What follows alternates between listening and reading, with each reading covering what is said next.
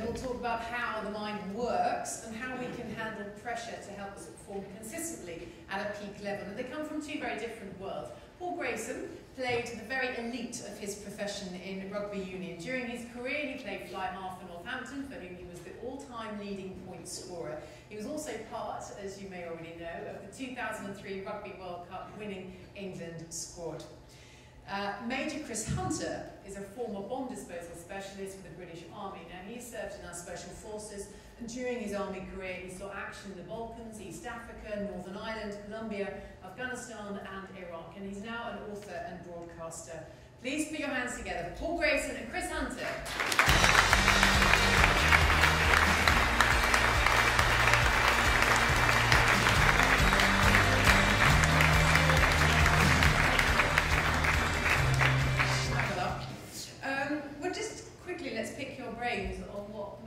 Had to say that to you first of all, because obviously this is Chris, this is Paul.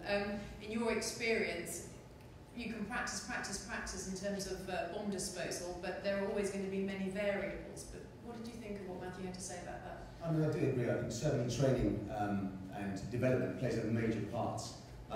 In my own experience, the British bomb technicians were all psychometrically tested and psychiatrically evaluated.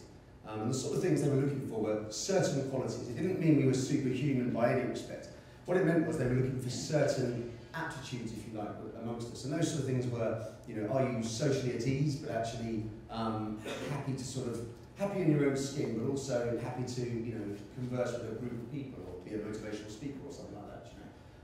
Were you able to rationalise a problem, really get to the root cause of it?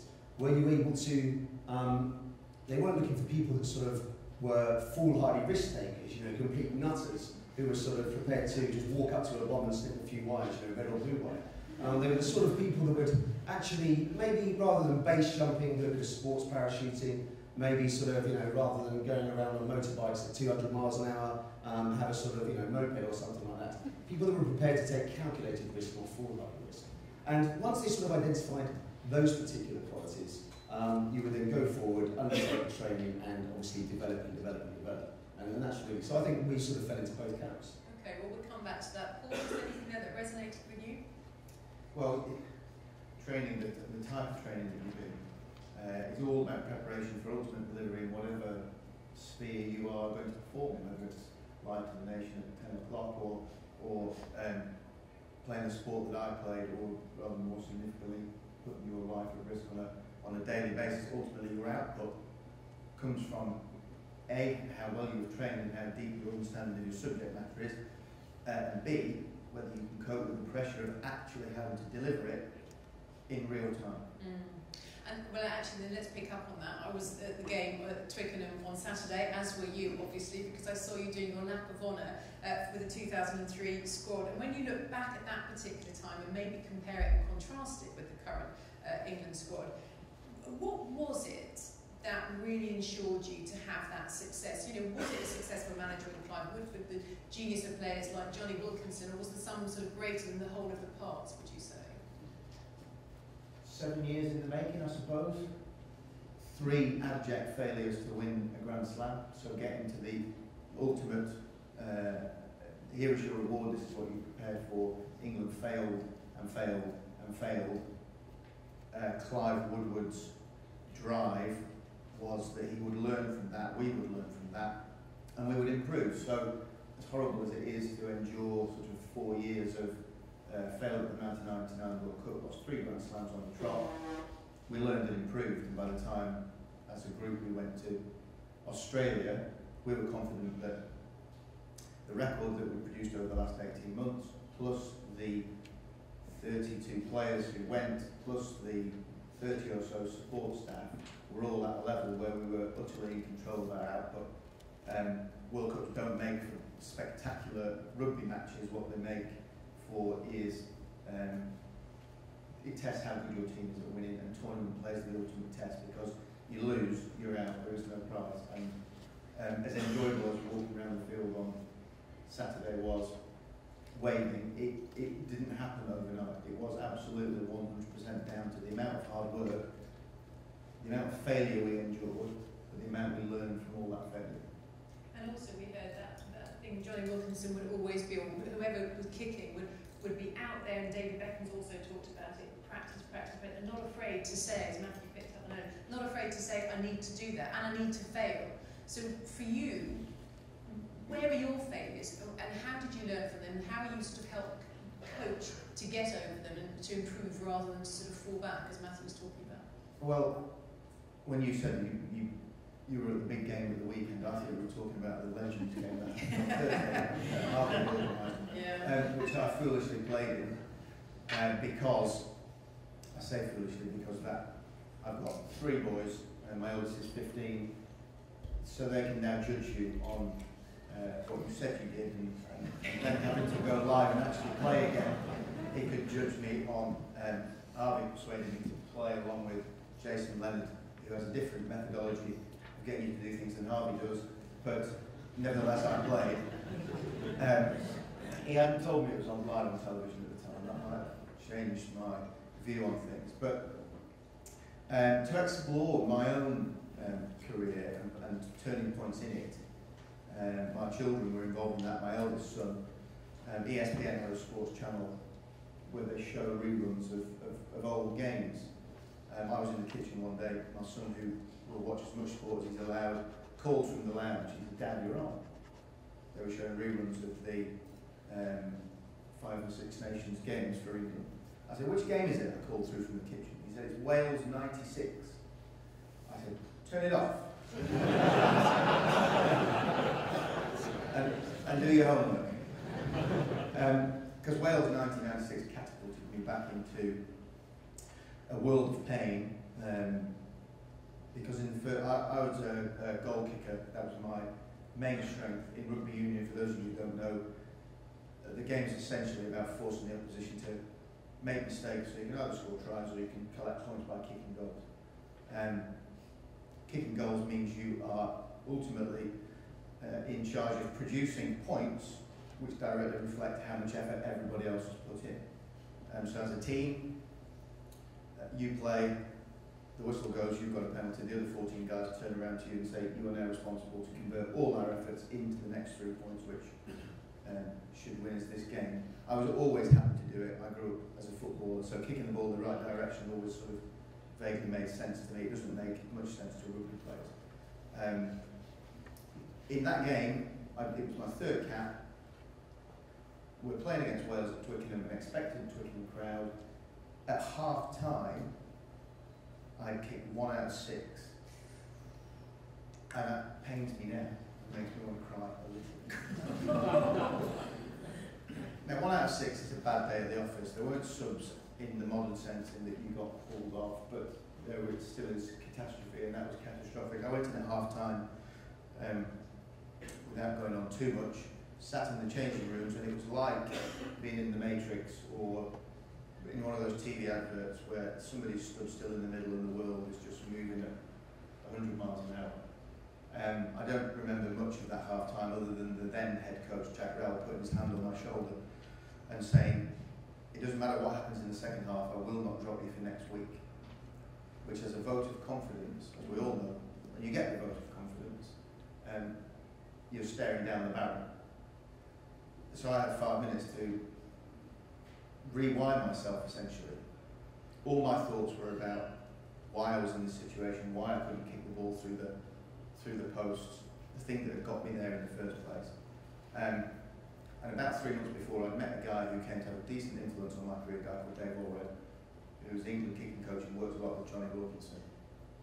And he was making his way as a kicking coach. He started to make some technical changes to me as a goal kicker, which, with that growth mindset, I wanted to be the best I could possibly be, so I was happy to make changes. But in the middle of this game, I realised that we practiced a lot and I'd succeeded a lot, but the neural pathways just weren't hardwired enough to cope with the pressure that I was under. And that technique had started to break down. At that point, with 2 minutes to go, 2-minute warning, I had a conversation with myself about trying to find what it was that I did before, which meant plunging back into that library of 7 years of hard work for myself. I only started playing when I was 18, I got capped when I was 25. And I had to go and find what made me a good goal kicker before. Now that wasn't a technique, it was a feeling. It was a sense of being. It was trying to pull apart these newly formed neural pathways and reconnect the old ones, the ones that should have real So how did you do that? Was it visualisation? How did you tap into the old you? Absolutely through that visualisation, created the pictures in my head. I wasn't conscious of what I was doing at the time. I was just swimming to stay afloat. It made sense to me. I walked out onto the pitch, not certain that any of it would work. It's only when you look back you realise how you got to a position. Within 2 or 3 minutes we've got a penalty. If you go 1 from 7 in an international rugby match, you're done. Not for that game, you're pretty much done for the next 4 or 5 years until you can prove to people that you've got something. So I stood over the ball, I looked at the post, I searched desperately for the feeling of this is how it should feel, this is what it should look like. And not until you take that first step have you got any idea where it's going to go. Fortunately for me, and to cut the story shorter, it worked. I kicked 3 out of 3 in the second half. Jerry Guscott scored a try. England beat Wales in a scratchy game. I was lucky enough to get on the television immediately and hold my hands up and say, wow, that wasn't great, but the second half was better. I didn't get dropped by Jack Rowell. And I went on to be, I'm not boasting because it's second place, the second fastest player in the history of the game to 100 points. If I kicked 3 more goals in the first half, I'd have been first. It doesn't annoy me much. But I am slowly getting over it after 17 years. So I wasn't quite sure what happened, but I found what I had in the middle of it. I realised the mistake I'd made in taking something that wasn't properly prepared into the most stressful situation you can have as a rugby player, I guess. Right, so... And then overcome it. So that's the nub of it, and I wanted, just because you were nodding, what happened at that moment then, in that breakdown?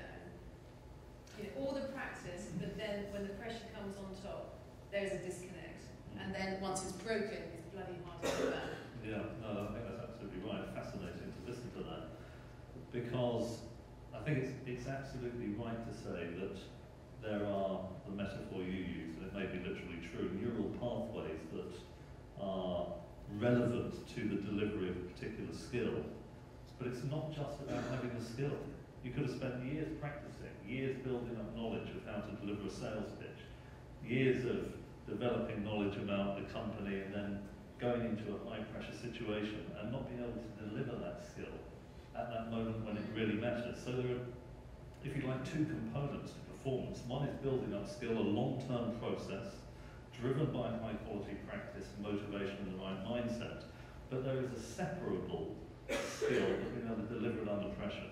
And when you are, I mean, the word I often use to describe what you went through in the first half, I've certainly been there at the Olympics in Sydney in 2000, where I practiced very hard, I was a pretty good player, and then I went out into the megawatt light of the Olympic venue against a German git opponent, and comprehensively fell apart. I mean, I think what's happening, what may be happening, a good way to think about it is what happens when you learn to drive a car. One is thinking consciously when in the learning stage about how to move the steering wheel, looking into the mirror, moving the gear sticks, pressing down. It's difficult to integrate all of those things when one's thinking about them consciously. That's what happens when we are learning. When we become an expert, one can deliver these things without hardly thinking about them at all. Think about when you drive from A to B. You don't think about the mechanics of how you move the steering wheel and move the gear stick. It's because the skill is migrated from the prefrontal cortex, the conscious part of the brain, to the implicit part of the brain. And that's a very efficient place to deliver a skill because the subconscious can handle multiple variables simultaneously.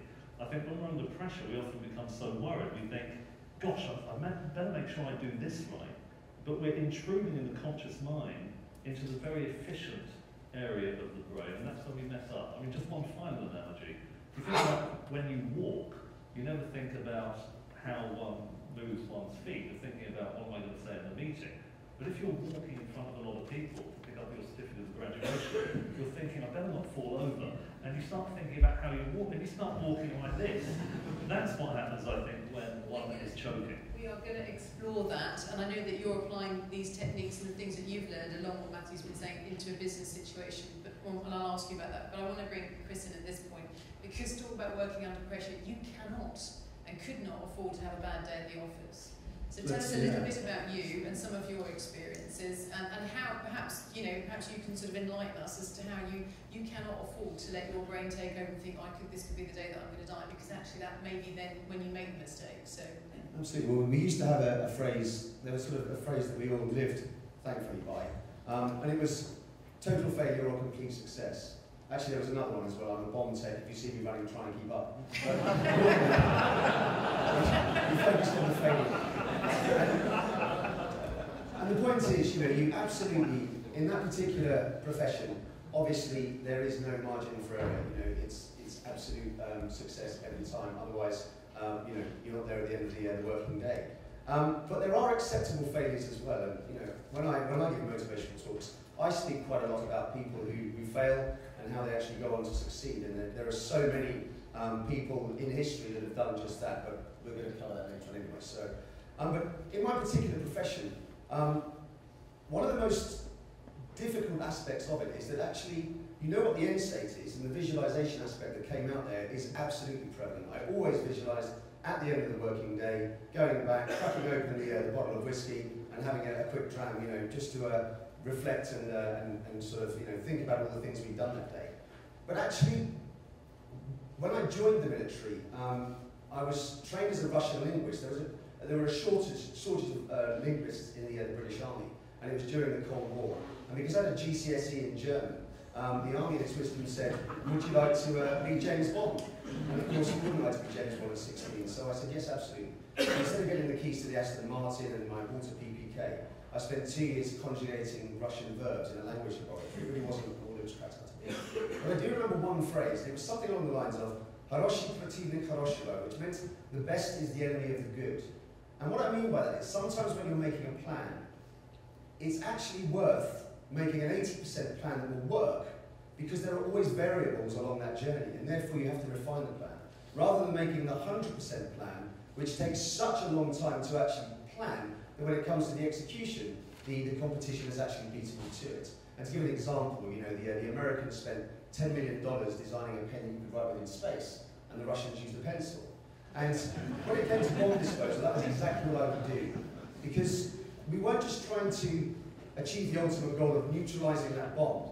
It was actually, if you look at the Hollywood high concept, it was man versus man and man versus machine. The machine being the bomb, but the man being the bomb maker. And when I went to Iraq in 2004, there were the world's leading bomb makers. The IRA had been the lead bomb makers for 30 years, but in 12 months, the insurgents over there had superseded the level of sophistication achieved by the IRA in 30 years. These guys were really, really good at what they did. So every time we made that approach up to a bomb, we call it the long walk or the lonely walk. And it's basically a walk of 100 meters that feels like a walk of 100 miles. And you're dressed in that sort of big bomb suit. Any of you that have seen the Hurt Lock will know what I'm talking about. And although I didn't wear it because it was too hot actually, but imagine you are wearing it. And as you're taking each step towards the bomb, you're thinking, what's the bomb going to be like? How's it going to be constructed? How am I going to neutralize it when I get there?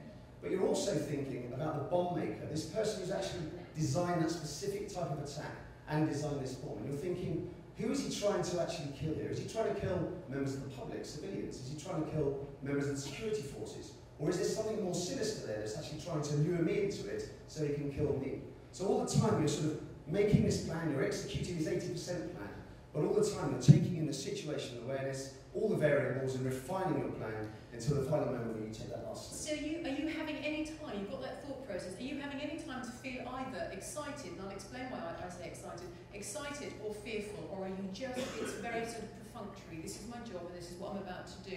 Is there anything else going on? Yeah, it is very perfunctory. It's exactly as Paul said about, to use a layman's term, getting in the zone. It's the same sort of thing. It's where you actually learn to block out everything else and focus entirely on the bomb and, of course, the bomb maker. So you're just thinking about those two things, all the daily things, what you're going to have for dinner that night, the mortgage payments, all those things. They become completely defunct. You're not interested at all. You dispel them completely and you focus entirely on. All right, and I'm going to ask you when you get taken out of your comfort zone, because that's almost your comfort zone, because that's your job, you've prepared for it. And I want to we're going to pick up on a BT, but very quickly, the excitement thing. A former Special Forces guy once said to me, what scares us when we are younger can excite us when we're older. Now, he'd come from a very abusive background, and he said, it's no wonder I sort of could have ended up in prison having knifed somebody, or I ended up getting a medal for it, but that's another story.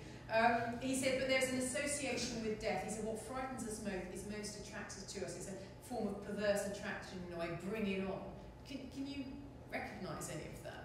Yeah, I think there's a degree of it, but I think also I suppose what I'm trying to get is there a sort of person that confronts fear and wants to confront fear, and that's what makes you successful, because you're kind of bringing it on. You're still going to be afraid, but you're not afraid to challenge it. Yeah, I mean, you certainly learn how to control that fear and how to channel it into a positive as well. That's something that I learned to do over the years. But also, it's the adrenaline, if you like, the excitement, the gratification comes from that challenge. The fact, if you're playing a game of chess, whatever it may be, it's like a game of extreme chess. It's a psychological game of chess between you and the bomb maker.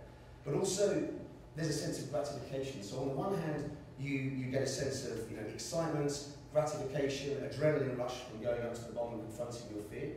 And on the other hand, you get a sense of extreme gratification if you go out onto the streets one day and you see the terrible carnage from a bomb that's functioned and you got there too late. And then the next day you go there and neutralise the bomb. And actually, when you get back afterwards, and you get back to the crew room and you're with your team and you sort of, had a cup of coffee and doing a few high fives, and you reflect on the scene you saw the day before compared to what you've actually managed to stop today, then it's very gratificating on a sort of spiritual and emotional level as well. But certainly there is a huge adrenaline buzz from overcoming your fears. And Matthew used that excellent example of being sort of brilliant at reaction with table tennis, but then less so on the tennis court. You, as a successful bomb disposal expert, would also get taken out of your comfort zone. I think there was an example that we can show now of when this sort of thing happens. So just talk us through this. Well, on my fourth day in Iraq in 2004, thanks to Piers Morgan publishing some fake photographs, the insurgents got quite upset by it. And basically they issued a fatwa and decided they were going to try and kill or capture all the British forces, or as many as they physically could do. And every time we left the safety and security of our camp, we were always confronted by a myriad of threats. And it could be a gunman at the side of the road, it could be a roadside IED, as you just see now, and it could be right explosive device. And we were driving back from a series of bombs one day. We dealt with 3 bombs during the working day. Came back about 11 o'clock at night or something like that, driving through an area. And as you see there, we were driving through and it was pitch black. That was someone else's footage. And as we drove through, sort of starting to relax a bit, knowing we're going to go back to the safety of our compound, suddenly there was an almighty crescendo of gunfire from the right-hand side of the road. And a grenade exploded next to my vehicle. I was in a 3-vehicle convoy. And then suddenly, I just went into absolute blind panic because all these guys sitting at the side of the road who'd been smoking their shisha pipes, drinking tea, all very peaceful and passive, suddenly actually pulled out Kalashnikov assault rifles. There were people in ambush positions, and we were ambushed. And interestingly, the points that you talked about the near frontal cortex and the limbic system, when you're under extreme pressure, it's really interesting the way the body behaves, because I could walk up to any bomb confident that I would know what I was doing. As long as I could get a little bit of information beforehand, that would be ideal. But when I was in this particular situation, it was a completely different situation, because I hadn't actually had a chance to practice and train for that sort of situation in a realistic context. And so we talked about the theory of it, but suddenly when there's bullets crashing through the window and one of them skinned my helmet, one shot me in the leg, or one hit me in the leg, a couple sort of, were other near misses. There was this feeling of extreme terror. And what happens is, psychologically and physiologically, when you're under extreme pressure and extreme fear, is that you get a lack of oxygen and neurosignals flowing to the near frontal cortex, which is, as Matthew mentioned, the area responsible for sort of vision, creativity, etc., etc. And instead, they flow to the limbic system, your muscle memory. So if you've done something before again and again and again, then you can actually do it under pressure. If you haven't, then you tend to sort of go into a sort of, a freeze, complete panic. And I guess the best example, how many of you have ever had an argument here before and afterwards thought, I wish I'd said this or I wish I'd said that? But it's exactly the same sort of, only it's obviously a little bit more dangerous when you're in an ambush. So I found myself, for a few moments, absolutely, you know, panicking. I always thought I'd be this sort of Churchillian type leader, and instead, you know, just was completely froze.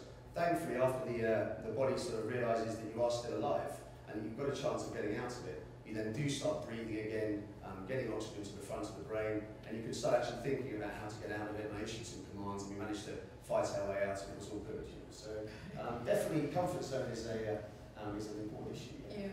All right. Well, let's bring it back to. We've just got a few more minutes left. Any questions? Do stick your hand up, and I'll try to come to. We've only got a few minutes. So really, all of you, obviously, selling what you do to companies in your now everyday lives.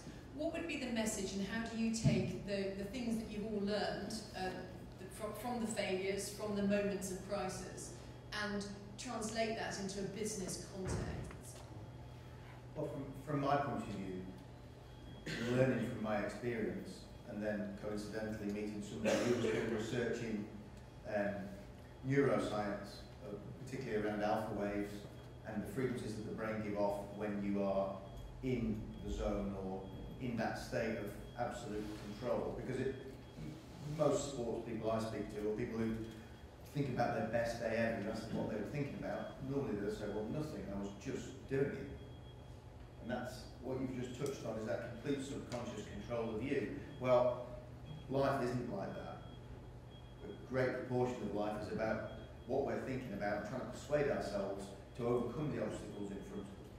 And so I got involved with a technology partner and another partner, because when I first started doing it, you needed a computer the size of that table and 60 electrodes on your head to read these brain frequencies, and an enormous computer to kind of show you what your output is. Technology's moved on, and with a simple headset or headband, Bluetooth and the right algorithms through some software and computer, you can now control. First and foremost, you can see what's happening in your brain when you think in a certain way. So put people under pressure, see how they respond, see what frequencies their brain goes to, will give you an idea of how they can perform under pressure, or whether they can separate themselves and get somewhere to that performance zone and block out distractions, etc., etc. Taking exams, speaking in public, delivering presentations, all those stressful situations, from children to the armed forces. Great minds don't necessarily think alike. The subject matter is different. Great minds work in the same way. They function in the same way. Whatever's coming from your bank of experience over the years that you've built up is yours to deliver.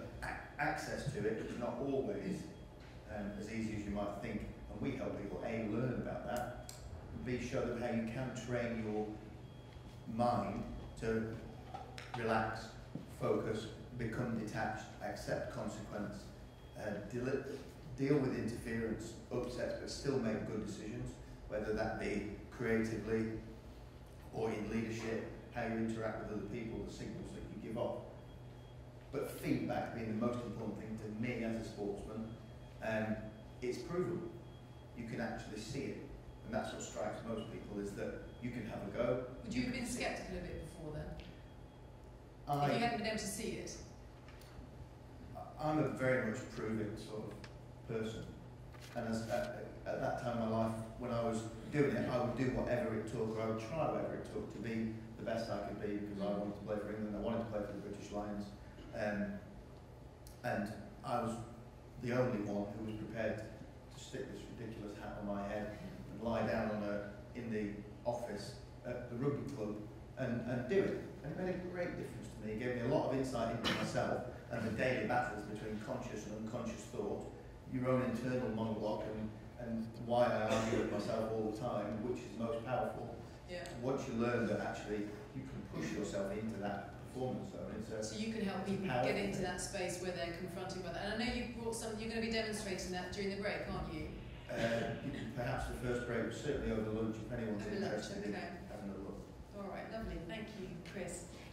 And I think really, all of us are working in an increasingly high-pressure environment where the demands seem to be getting more and more, greater and greater. So one of the things I do is try to help people to look at dealing with pressure from a different perspective, and open up the options, and how to deal with pressure, how to deal with risk in particular, and crucially, how to take calculated risk rather than foolhardy risk. And of course, how to deal with fear as well. Throughout my career, I've worked, I've been honoured to work with some of the most amazing people, and really capable people with 40-pound brains, and yet they've always seemed to be curtailed or apportioned, curtailed by fear of failure or indeed a fear of change. And obviously in nature, everything evolves, and yet people seem to be so unhappy to go outside their comfort zone. So also teaching people and working with people on how to overcome fear through rationalisation, breaking down a problem, and obviously the other channels to take it forward and turning it into positivity. Wonderful. Final word, Matthew. As I've said in the speech, I'm very interested in mindset, motivation, cultural change, and efficient learning. One of the most enjoyable things about going and speaking at businesses is that, in confession, I always learn more from the business than I think I pass on. And I think there's a broader point here, which is that I think sport can learn from business. The complex challenges of business face are often far more sophisticated than the ones that we face in sport. And that's one of the things that has been terrific. It's been a real learning process going to various companies, whether they're law firms or investment banks or strategic consultancies. There's just an extraordinary overlap, but I do think that there is a massive opportunity for cross-germination, and that's one of the reasons why I think events of this kind that Harvey is scribbling away feverishly down there, I think events like this is such a very good idea.